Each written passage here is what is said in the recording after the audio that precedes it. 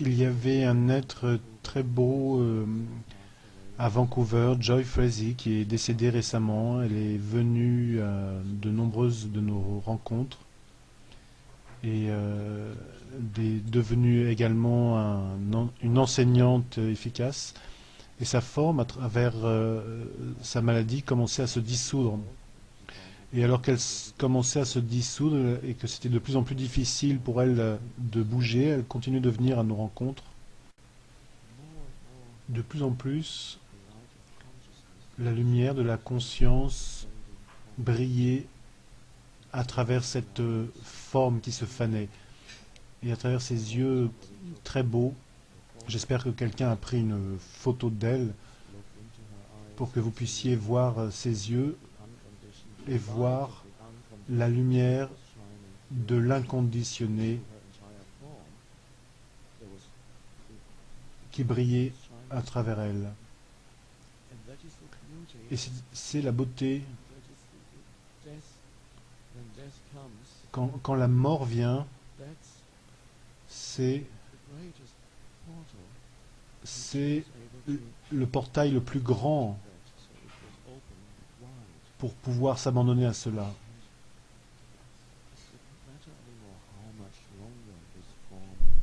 Et ce n'a pas d'importance, ce n'a plus d'importance de combien de temps il reste. L'accomplissement et la conscience qui s'épanouit, toute l'impulsion évolutive de l'univers va dans ce sens. D'une certaine façon, et je ne peux l'expliquer avec des mots, n'essayez même pas de comprendre vraiment ce qui est derrière cela. Cela va bien au-delà de la compréhension, mais on doit dire que l'impulsion évolutive de l'univers est derrière cela. La conscience veut s'épanouir à travers la forme humaine. Elle s'épanouira à travers n'importe quelle forme, toutes les formes. Elle ne dit pas tu es plus valable que celle-là, je vais utiliser cette forme plutôt que celle-là. Elle s'épanouit là où il y a de la transparence, là où la structure rigide de l'esprit libère le passage. Elle meurt. L'identification avec ce moi, ce soi créé par le mental, s'en va. Et c'est pour cela que nous sommes ici. Car alors que vous êtes assis là, vous êtes en train de trouver la mort avant que la mort ne vous trouve. Et la structure de l'esprit à laquelle vous vous êtes identifié en tant qu'un moi, les formes pensées meurent. Donc l'épanouissement de la conscience se produit ici, avant que la mort ne vous trouve. Vous embrassez la mort déjà. Mais le moment où cela se produit n'a pas d'importance. Et la conscience va se frayer un passage. Ça pourrait être un criminel qui a tué plusieurs personnes, qui a infligé de la souffrance aux autres, et bien sûr en lui-même, et au milieu de l'enfer, dans sa cellule de prison, en attendant son exécution, soudainement, à l'intérieur, l'entière structure du moi, structure mentale, émotionnelle, se dissout, car la souffrance est insupportable.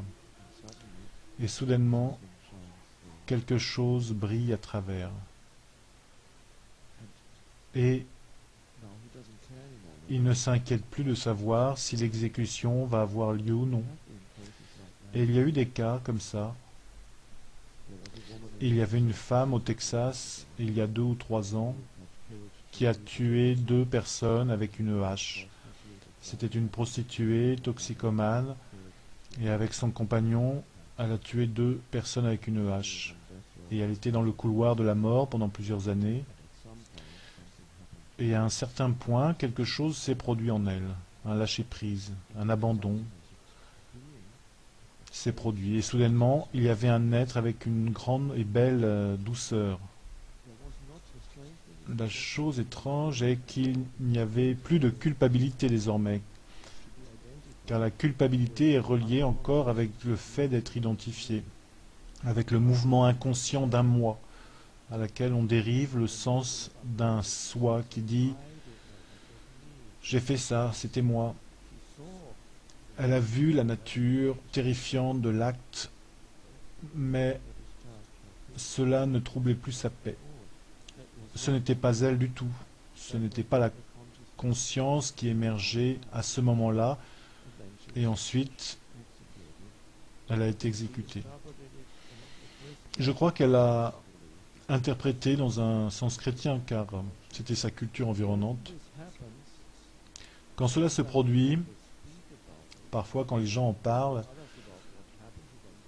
et racontent aux autres ce qui leur arrive, ils peuvent utiliser certains mots qui correspondent à leur langage, aux cultures, mais quand vous regardez au-delà des mots, vous pouvez voir qu'ils pointent tous vers la même chose.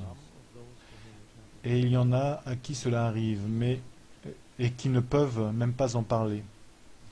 Ils vous regardent simplement et vous les regardez. Ils peuvent être non éduqués, ne pas avoir grand-chose à dire, et néanmoins vous regardez et vous voyez que quelque chose brille qui est plus profond que la personne. La dimension personnelle a laissé place à cela. Et, et c'est toujours sacré quand cela se produit, mais jusqu'à présent, il y a relativement très peu d'êtres humains en qui cela s'est produit. Ce ne sera plus le cas maintenant. C'est la destinée de tous les humains de passer par cette transformation.